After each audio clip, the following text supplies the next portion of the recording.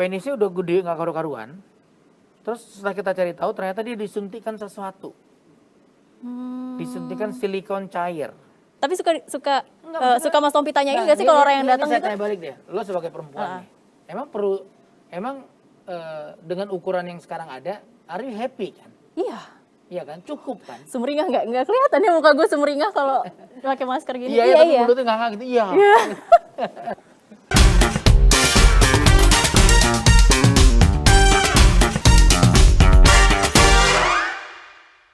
Ada Mas Tompi. Gitu, Wow. Luar biasa ya penonton bayaran hari ini ada 10. Oke. Mas Tompi, how are you? Ya hari ini cukup melelahkan sih sebenarnya. Hari ini ya, masih operasi nih hari ini. Di pagi saya operasi tummy tuck, breast augmentation, dan breast lifting. Jadi 3 operasi. Sama sunatan. Oh, ada sunatan juga? Ada selipan sunatan 1, iya. Oh bisa di sana? Ya pasti bisa lah. Oh iya. Kayaknya nanti kalau gue punya anak, gue ke kliniknya Dr. Tompi deh. Buat nyunat anak gue. Nyunat itu ya kalau buat dokter bedah plastik, ibaratnya nih. Ibaratnya kalau chef itu bikin telur ceplok gitu. Oke. Jadi pasti ngerjain, pasti bisa. Iya. Apakah hasilnya jadi lebih indah nggak juga ya? Nah itu ntar silahkan dinilai sama. Cuma yang pasti gini, saya sebenarnya nggak buka praktek sunat sih, khitanan gitu ya. Oh iya. Cuma biasanya kalau beberapa pasien yang udah deket, suka minta tolong dok, ini ponakan saya atau anak saya gitu. Terus aku ya udah deh, bawa deh, saya bantuin. Abis itu dia cerita ke teman-temannya, wah sunat di situ nggak sakit. Gitu. Oh gitu. Terus boleh langsung main bola, karena memang aku bolehin. Iya. Habis sunat langsung pakai celana dalam biasa, langsung bisa aktivitas biasa. Tapi emang lebih bagus gitu nggak sih, kayak langsung aja gerak gitu? Memang seharusnya begitu. Iya kan? Jadi saya nggak ngerti kenapa bisa lahir ide habis sunatan itu harus pakai celana mangkok gitu ya. Benar. Itu yang ada malah sakit. Karena kan ini kan konten dewasa aja boleh ngomong. Boleh. Jadi habis sunat harusnya titik itu sesuai KBBI aja kita. Harusnya setelah sunat, setelah khitan gitu ya. Titik itu ditempel ke dinding perut. Kalau nggak ditempel ke dinding perut, dia kan gondal-gandul. Kalau anak-anak jalan, lari kan jadi sakit. Oke. Jadi luka itu kalau nggak gondal-gandul, kalau diem nggak sakit. Nah jadi kalau saya malah habis sunatan, tempelin kita plester malah ke dinding perutnya. Oke. Terus dipakein celana dalam supaya nempel. Gitu. Mas, thank you banget hari ini udah mau main ke studio. Sama-sama. Walaupun kita tahu ya COVID sekarang lagi kayak aduh. Makanya kita jauh nih. Iya jauh, pakai masker kita. Semoga suaranya sih jelas ya. Harusnya sih jelas. Kayak khawatir nggak sih Mas kayak masih praktek, terus angka COVID sekarang lagi tinggi-tingginya gitu. Makanya kita extra care banget sejak awal. Iya. Semua pasien yang mau treatment, even treatment kecil ya dok saya kan treatmentnya cuma suntik jerawat doang, tetap cek swab dulu. Nggak mau get out, kita gitu aja. Iya. Setegas itu. Benar. Ada beberapa pasien yang nggak mau karena ngerasa saya kemarin baru PCR gitu, masa sekarang suruh cek lagi. Bu, saya minta maaf kalau ibu nggak mau, itu pintu keluar, silakan cari klinik lain, kita nggak mau. Iya benar. Karena kan jarak antara dia dicek PCR sama hari ini kan ada 24 jam. Yep. Kemungkinan dia terpapar masih bisa dan lain-lain lah. Jadi kita pokoknya kita usaha. Yang kita bisa kerjakan kan usaha. Gitu. Benar. Tapi biasa pasien kalau kita omongin baik-baik mereka mau kok. Mau sih gitu harusnya. Ya deh gitu. Kalau di zaman sekarang tuh kalau misalnya nggak mau ya udah lu mau enggak ya nggak sih daripada resiko. Kita juga hidungnya udah gede banget nih kecolok terus. Ngerasain sih.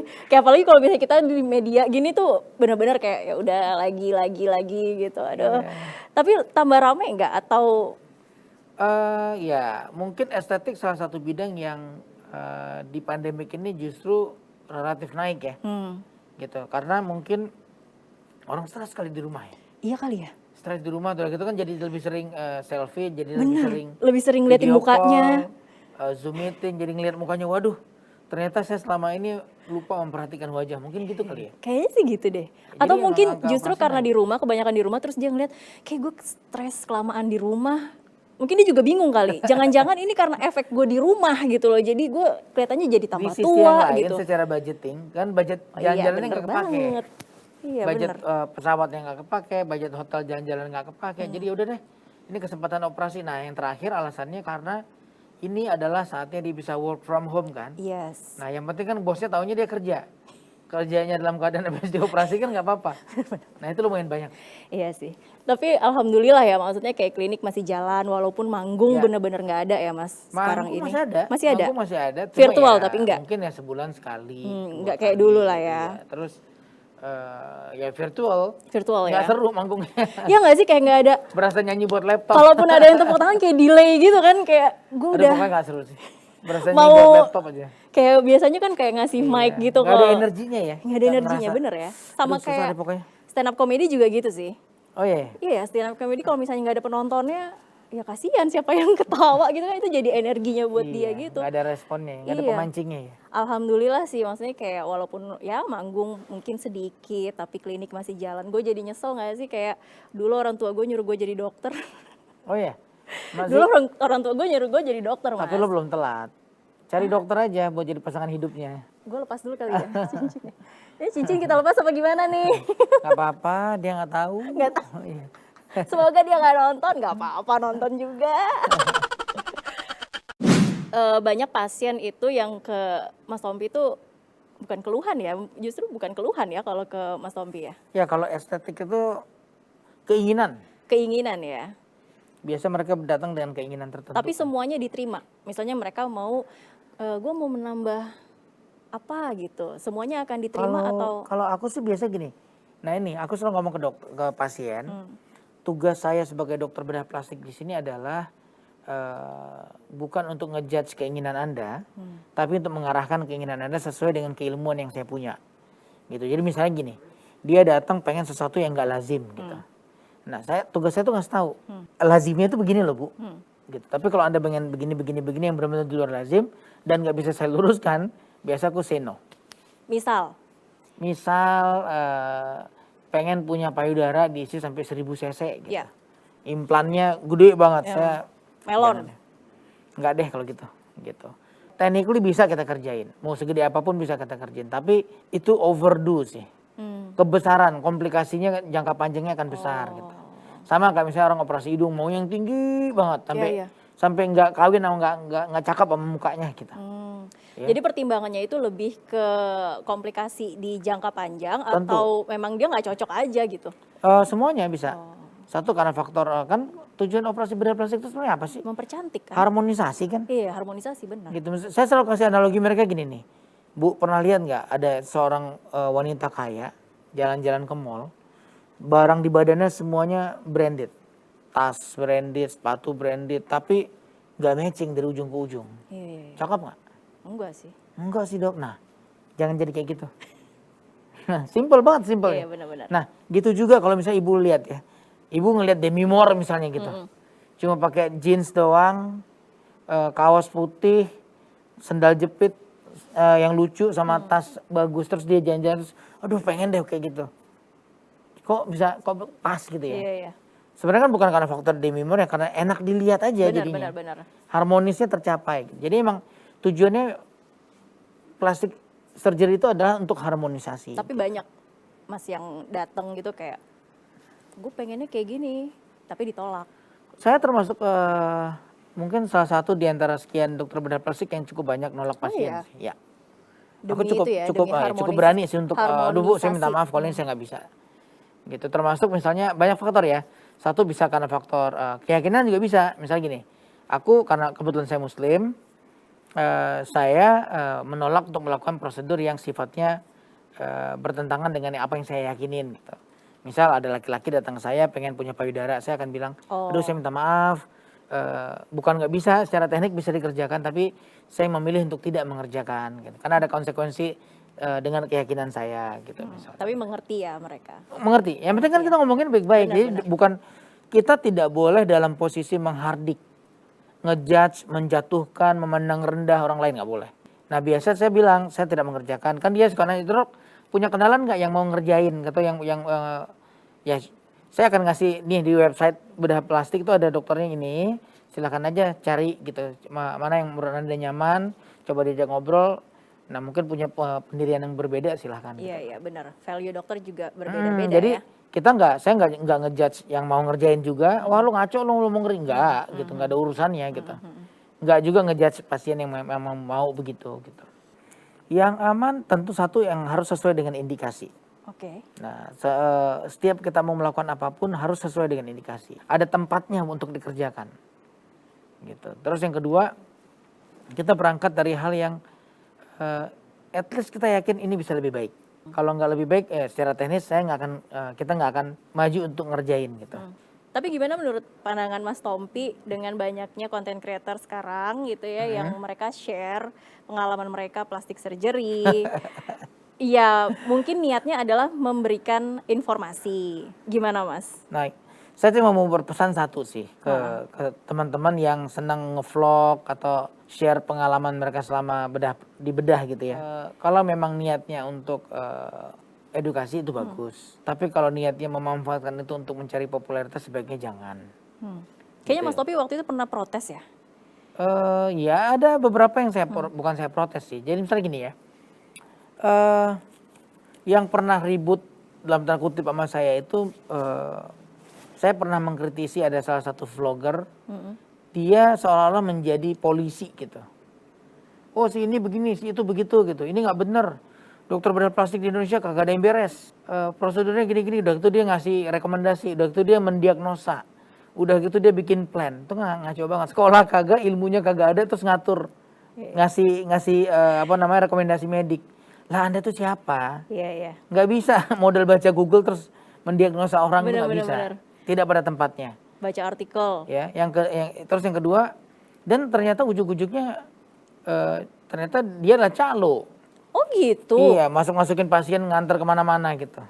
Ya namanya calo tentu akan jualan di mana dia jualan kan. Oh gitu. Gitu. Anda kerja di Kompas, pasti Anda akan bilang kemana-mana yang bagus tuh Kompas TV, yang lain mah ya so-so lah gitu kan gitu. Nah itu kan hal-hal yang wajar aja dikerjakan oleh seorang calo tentunya gitu ya. Nah terus tapi ngomongnya melakukannya demi kemanusiaan. Tapi minta duit, minta dibayar gitu. Ya hal-hal gitulah. Nah tapi udahlah, itu saya udah malas nanggepinnya, numpang ngetop doang ya. Jadi biar aja terserah gitu. Nah yang kita bisa edukasi apa masyarakat aja gitu. Biar aja masyarakat yang menilai gitu. Nah terus yang berikutnya adalah tidak ada surgeon manapun di muka bumi ini ya yang 100% hasilnya perfect. Iya. Ini kan manusia. Iya benar. Kita punya keterbatasan gitu ya. Nah yang pasti apa, effort atau niatan kita untuk usaha memperbaiki menjadi lebih baik itu selalu ada. Itu yang pasti gitu. Nah terus buat yang rajin-rajin ngevlog, ya silahkan menceritakan apa yang mereka rasain gitu. Oh saya pernah operasi di A, dikerjakan begini-begini, ini yang saya rasakan gitu. Nah jangan lebih dari itu. Kalau nge-komplain langsung nggak sih harusnya? Ya silakan aja. Saya rasa semua dokter di bumi manapun ya menerima komplain dari pasien kok. Misalnya dok kok begini, boleh nggak diginin? Selalu ada ruang untuk itu gitu, nggak ada masalah gitu. Nah saya sih tidak mempermasalahkan itu. Yang saya lihat, saya sebut ada beberapa konten yang saya jadi ngelihat gitu karena memang dia tag gitu ya. Ada yang nge-tag ke saya gitu. Nah saya ngelihat, yang menurut saya agak salah kaprah adalah di luar mereka menceritakan pengalaman medis yang mereka alamin, ya, mereka memberikan statement berupa rekomendasi medik. Nah ini agak rekomendasi berat medik itu yang kayak gimana sih Mas? Misal gini, lo kalau mau bagus nanti lo harus ngomong sama dokternya, minta metode yang begini, karena metode ini akan menjadi. Padahal belum tentu metode itu cocok buat orang yang mendengar. Dan dia juga nggak tahu itu apaan.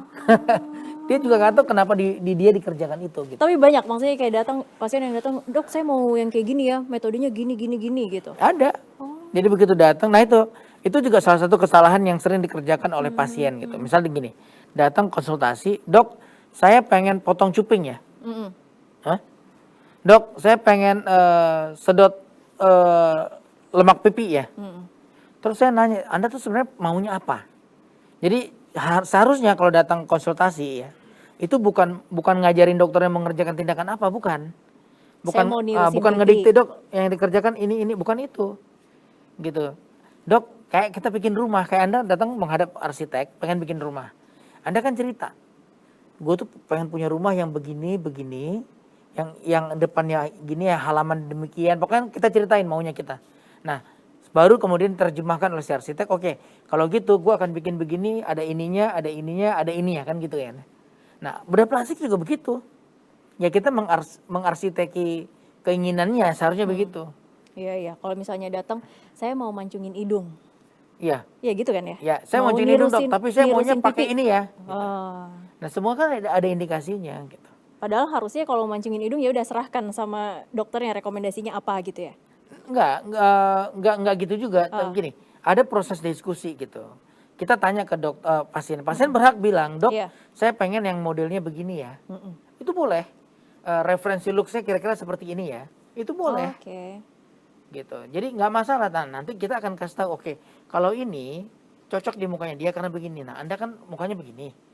Nah, ini nggak bisa saya dorong sejauh ini. Jadi misalnya gini, ada yang datang tuh pesek banget misalnya gitu ya. Kayak gue dong. Udah, tapi begitu liatin gambar referralnya, yang mancungnya mancung banget. Oke. Saya bilang ini nggak mungkin bisa dari yang sekecil ini bisa segede ini, nggak mungkin. Gitu. Nggak ada harapan gue Des. Nggak, mancung sih bisa, Iya. gitu. Proyeksi bisa. Tapi nggak bisa yang sampai yang gini banget nggak gitu yang, ya. Nggak yang seperti digambar, karena kan Iya. skin laxity-nya dan lain-lainnya kan nggak bisa. Gitu. Mas, ada yang bilang kalau misalnya cewek itu kan mau punya size payudara yang lebih besar itu bisa breast implant. Ya. Kalau cowok pengen punya penis yang lebih ukurannya lebih gitu, itu nggak bisa diapa-apain. Bener nggak sih? Bisa. Bisa. Gimana caranya? Perlu saya liatin atau gimana nih? Hah? Bukan saya liatin sayanya, maksudnya saya liatin caranya. Agak panas dingin nih gue. Jadi bisa. Jadi ada prosedur buat penis enlargement. Dan kita ngerjain di klinik saya di Pakubuwono, saya ngerjain. Nah, metodenya ada bermacam-macam gitu. Salah satunya yang paling populer adalah dengan fat transfer. Fat transfer. Ya, mirip kayak payudara. Payudara juga bisa digedein dengan cara fat transfer kan. Nah, penis juga bisa. Jadi membesarkan penis itu ada dua. Membesarkan diameternya, ngelebarin gitu, atau memanjangkan. Nah, semua ada konsekuensinya. Kalau melebarkan, ya itu fat transfer misalnya. Atau bisa dengan PRP, dengan darah plasma yang dipadatkan proteinnya. Itu juga bisa, disuntikin ke penisnya supaya dia lebih besar. Gede emang dan bagus maksudnya, oke gitu ya. Dan dia akan bisa tetap ereksi seperti biasa.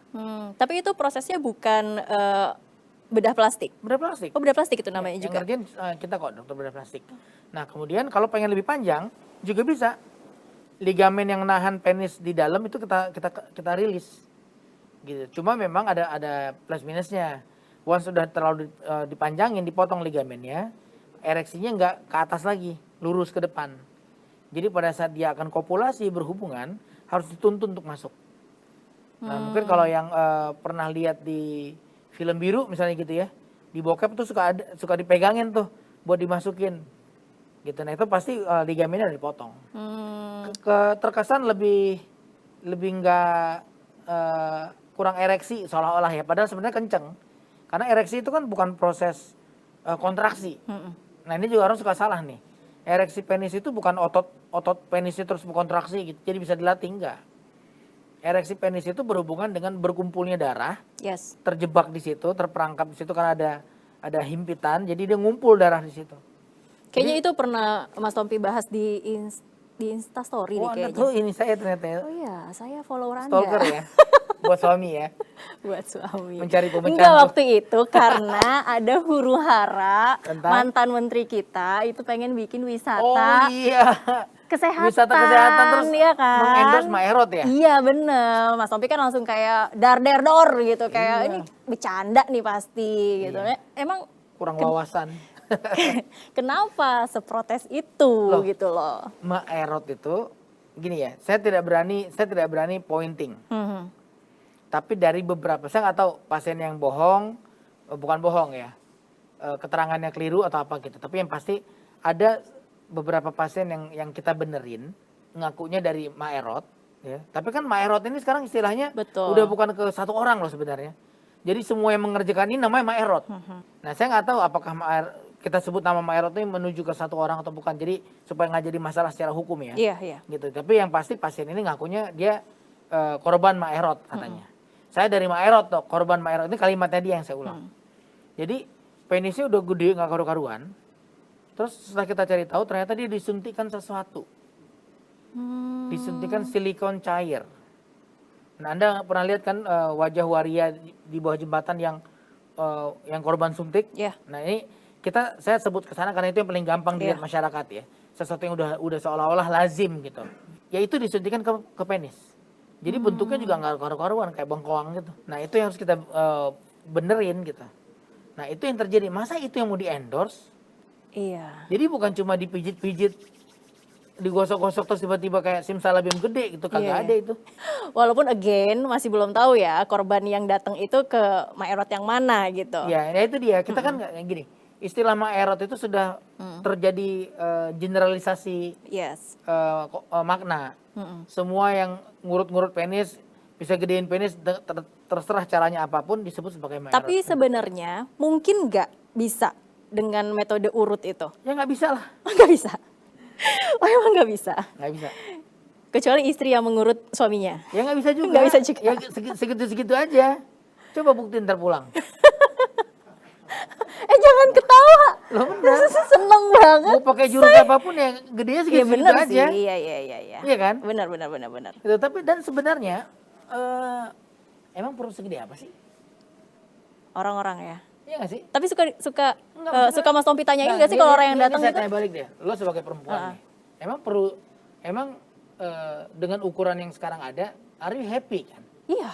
Iya kan? Cukup kan? Sumringah nggak kelihatan ya muka gue sumringah kalau pakai masker gini. Iya, tapi mulutnya nggak gitu. Iya. Enggak, tapi maksudnya cukup kan? Gitu. Iya, Jadi iya. sebenarnya memang gua rasa masalah besar-besaran itu lebih ke psikologis yang punya sih. Nah itu maksudnya ketika Iya pasien datang ke Mas Tompi gitu, Mas Tompi suka nanya nggak sih atau ya udahlah gitu? Biasa gua suka nanya. Oh iya. Karena gini, itu akan menjadi apa ya? Ada tanggung jawab sosial gitu atau gimana? Bukan. Lebih ke faktor ini. Ini akan menjadi rem nantinya. Gue akan nanya ke dia, lo keinginan ini untuk apa gitu? Enggak ada, misalnya gini, dia bilang, saya ngerasa kurang besar aja gitu. Saya ngerasa kalau saya lebih besar, saya lebih pede di depan pasangan saya. Oke, kita kerjain, tapi itu menjadi batasan gitu.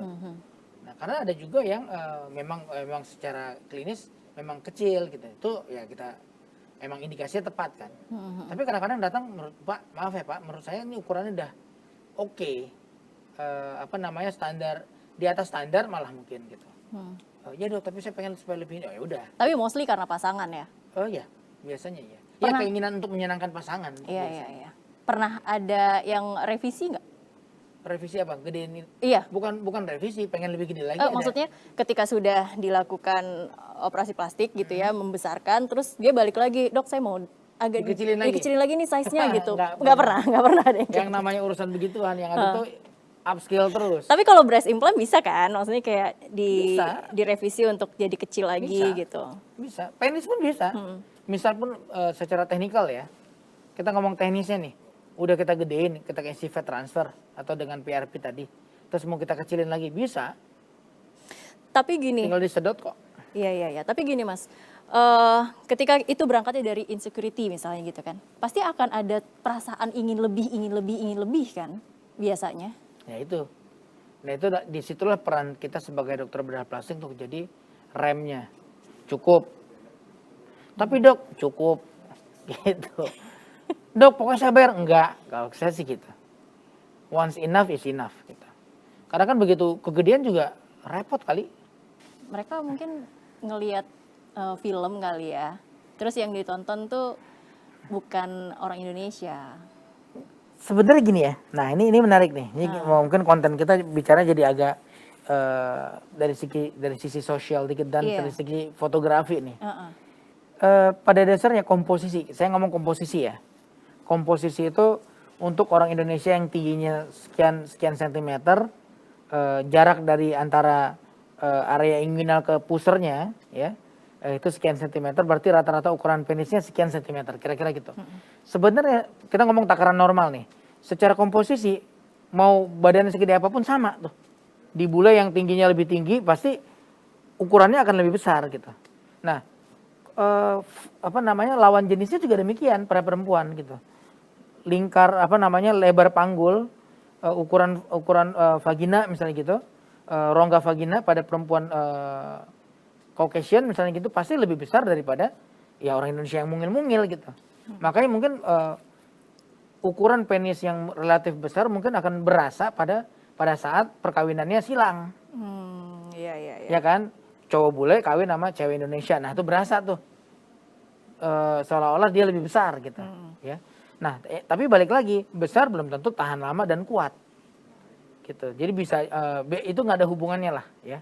Karena memang faktor anatomi ya, kayak ada ngelihat orang yang tingginya 2 meter dibandingkan sama orang yang tingginya 1,20 m ya beda dong. Iya, iya, iya. Ya. Pasti ukurannya nggak akan sama, tapi secara komposisi segitu-segitu aja Tapi sebenarnya. Mas Tompi selalu menyampaikan itu ke pasien juga? Iya, enggak? saya bilang gitu. Jadi secara komposisi sama aja sebenarnya. Jadi dan terus yang kedua, kalau mereka menjadikan analoginya itu, ya sudah saya lihat di film kayak gede banget, saya pengen kayak gitu. Itu kan videonya waktu di shoot pakai lensa wide. Jadi waktu di shoot pakai lensa wide, Maaf ya ini yang belakang kayaknya ketawa mulu nih saya denger. lo bener coba deh ntar pulang pada Iya, nonton iya. deh. Tapi dosa tanggung sendiri ya. Lo, Gitu. ayo lo. Lensa wide kesannya kan lebih Iya gede benar, kan. benar, gitu. benar, benar. Tapi makanya coba lihat pada saat adegannya itu di shoot jauh. Shoot jauh pakai lensa yang kan biasa pakai lensa yang biasa tuh. Nah itu ketahuan tuh, oh ternyata sama komposisinya. Iya, iya, iya. Enggak, Karena ini mungkin sama memang kebutuhannya, kalau misalnya, ini bukan di Indonesia ya, di luar negeri itu memang ada industrinya. Ya sama aja di sini Ya, juga begitu. ada. Tapi ya sebenarnya gini, ada memang ras tertentu, tapi itu juga tidak pada semua orang ya, yang memang ukurannya relatif jumbo, ada, gitu. Memang besar gitu pada kelompok-kelompok orang tertentu yang memang besar gitu. Tapi ya udah gitu, nggak apa-apa. Iya. Ya, tapi nggak usah dijiplak juga gitu Iya, kan buat kita. Anda gedein hati sama otaknya aja. Iya, benar. Tapi Mas, kalau misalnya orang yang datang ke kliniknya Mas Tompi itu paling aneh ada nggak sih kayak Aneh sih enggak ya, cuma maksudnya kadang-kadang berlebihan? enggak sih, saya rasa kalimatnya kurang tepat sih kalau saya Apa ngomong tuh? begitu sih. Apa ya? Ya itu tadi karena kan kita tidak dalam posisi ngejudge dia juga. Iya gitu. sih, iya sih. Cuma kadang-kadang keinginannya mungkin di luar pemahaman kita sehari-hari ya ada aja gitu. Atau memang ada kadang-kadang pasien juga menyadari kok, dok saya tuh ada gangguan psikologis, saya tuh bisa nggak tidur gara-gara mikirin ini terus. Jadi konsul berulang-ulang, tapi dia nyampein, saya udah konsul ke psikiater nih, ke psikiatri untuk masalah saya gitu. Tapi dia tetap datang ke kita untuk melampiaskan keingintahuannya dan berulang-ulang sampai ganggu kadang-kadang. Tapi ya kita jalanin Selama aja. itu memang masih bisa dilakukan gitu ya. Oke. Tapi itu bukan kandidat yang bagus untuk dioperasi. Karena masalah Iya, karena psikologi iya, gitu. kita harus bisa menilai psikologis dari pasien gitu.